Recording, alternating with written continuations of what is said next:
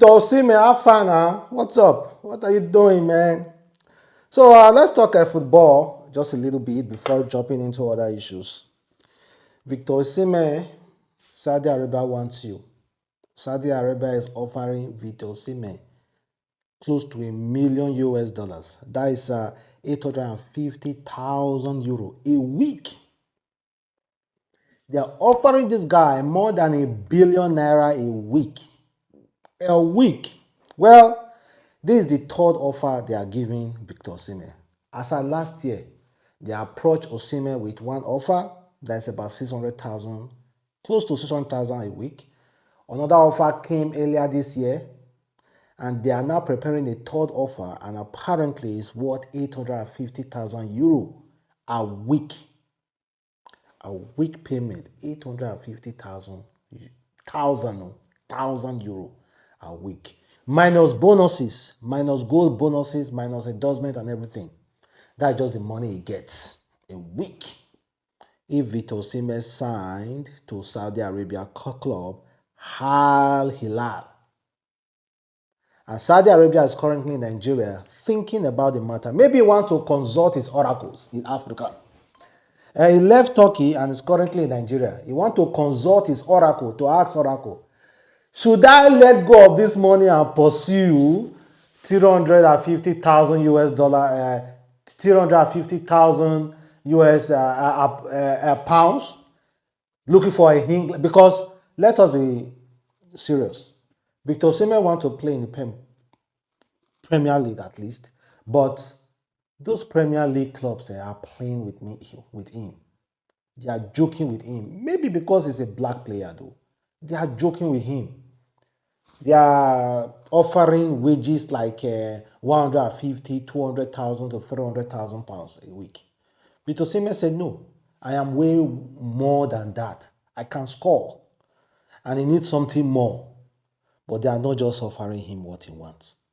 You know, we keep hearing stories about Chelsea, Arsenal, Manchester United, so many other crazy stories about so many other clubs in Premier League. And that is where Victor Osimhen really wants to go. Because Victor Osimhen is still really young.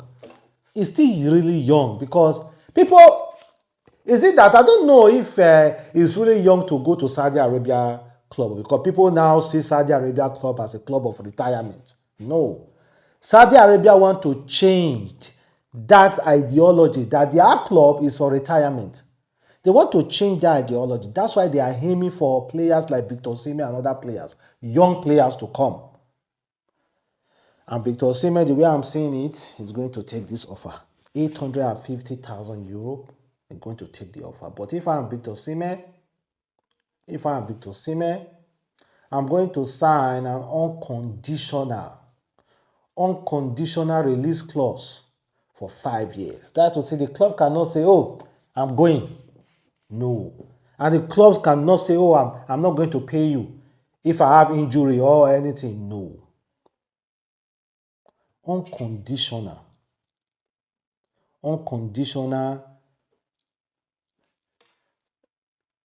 uh, terms that he wants, Victor Osimhen wants. Honestly, guys, this money is a very huge money. So I think Victor Osimhen might want to take it. According to this guy, he said Victor Sime arrived in Nigeria today from Istanbul as he will inform club on his decision. Al Hilal are prepared to seal the deal with medical tests booked to bring him to FIFA Club World Cup, waiting for his final decision by tomorrow. So this message was released as earlier as yesterday. So as of today, we are still waiting for Sime to give his final decision. If he's going to not take the offer or not. So how many of you think? Victor Osimhen, you guys want him to take the offer?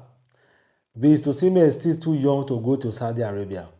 Saudi Arabia club is becoming really, really popular with the help of Ronaldo and the Red Benzema, Neymar. But those guys are like retiring people.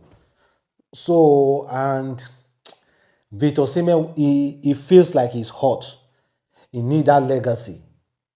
He need that legacy. Man, this is huge money. Oh. This is huge money and huge risk. Huge money and huge risk. If Osimhen goes to Saudi Arabia and is keep playing at that elite level for like 5 years, he still can't come to Premier League. But if Osimhen goes to Saudi Arabia with that kind of money, I don't think he will be willing to go to Premier League or any other league because the money is sweet. They don't hold there. It's not like so many other clubs that are unable to pay you. No, all those clubs are backed by the government. They pay as at when due. They don't hold. They don't say, and you can't see their fans insulting you. So guys, let me know exactly how you feel. And meanwhile, let's move past that. Let's talk about Wizkid and Iniedo. Iniedo sent a memo recently, and according to what she said, I chop Wizkid piece of my heart. Every day like food. Lyrically, he is too blessed. And I think it's unwise to compare him to other Afrobeat superstars. Not only in Nigeria, but the world. Music is a feeling. And Big Wiz got that feeling. That's according to Iniedo. That's Iniedo, so that's what she thinks about Wizkid. Other people think differently. Iniedo said, it's disrespectful to compare Wizkid with other Afrobeat artists. And you know the Afrobeat artists. Then she also continues, not just in Nigeria, not just in Africa, but the whole world. Say Wizkid got that feeling of music. That's her. That's just how she thinks. That is her own fab. The person who the kind of song that gives her peace of mind. People do not really appreciate. Some people might not appreciate Wizkid song, but people are. That's why there are different human beings with different feelings and different attitude to things. And honestly, I respect exactly what she feels in her heart concerning Wizkid song.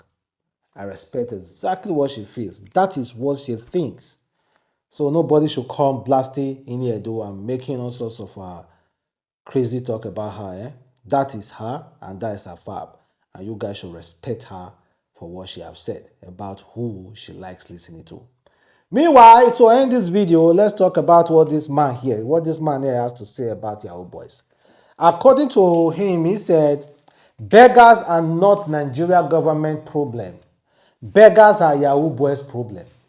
Let's listen to you guys. It's crazy. If you know Benin very well, you know this Mission Road by this Baptist church.